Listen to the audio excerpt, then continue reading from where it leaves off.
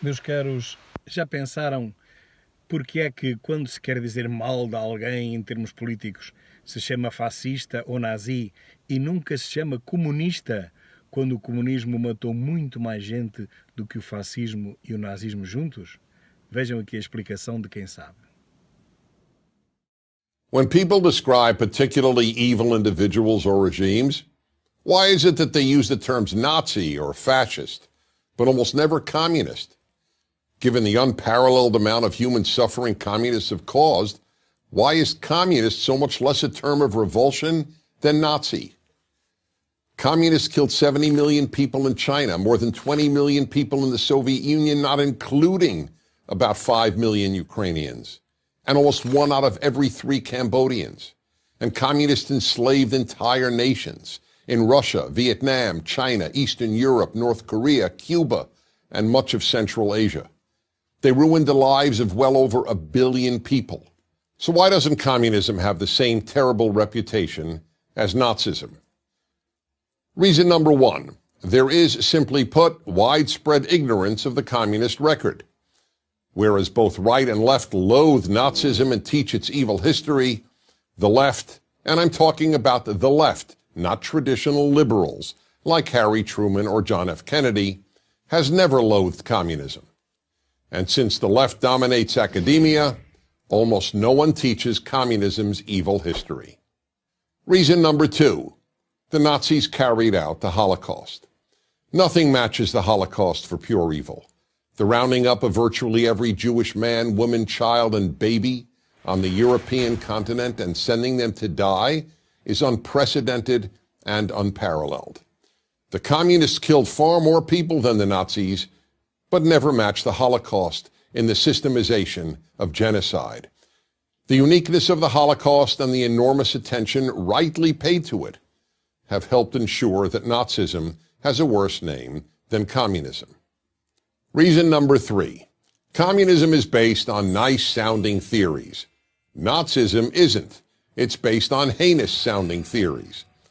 Intellectuals in general, including, of course, the intellectuals who write history, are seduced by words, so much so that they deem actions as less significant than words.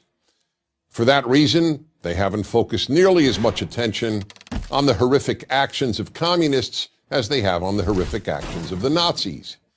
They dismiss the evils of communists as perversions of true communism, but they regard Nazi atrocities, correctly, as the logical and inevitable results of Nazism. Reason number 4, Germans have thoroughly exposed the evils of Nazism, have taken responsibility for them, and have attempted to atone for them. Russians have not done anything similar regarding Lenin's or Stalin's horrors. To the contrary, Lenin, the father of Soviet communism, is still widely venerated in Russia.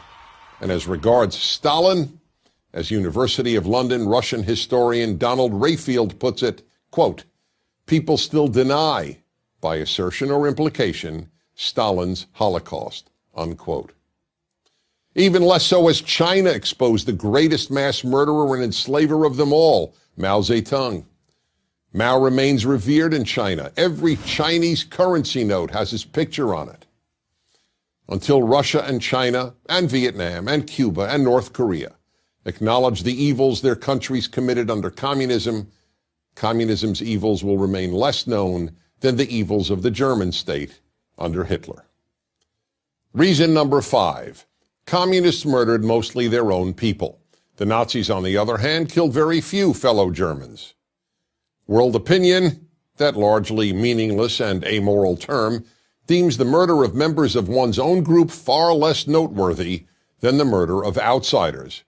That's why, for example, blacks killing millions of fellow blacks in Africa elicits almost no attention from world opinion. And reason number 6, in the view of the left, the last good war was World War II, the war against German Nazism and Japanese fascism. The left does not regard wars against communist regimes as good wars. For example, the American war against Vietnamese communism is regarded as immoral, and the war against Korean communism and its Chinese communist backers is simply ignored. Until the left and all the institutions influenced by the left acknowledge how evil communism has been, we will continue to live in a morally confused world. In the meantime, all good people owe it to the victims of communism to learn what happened to them.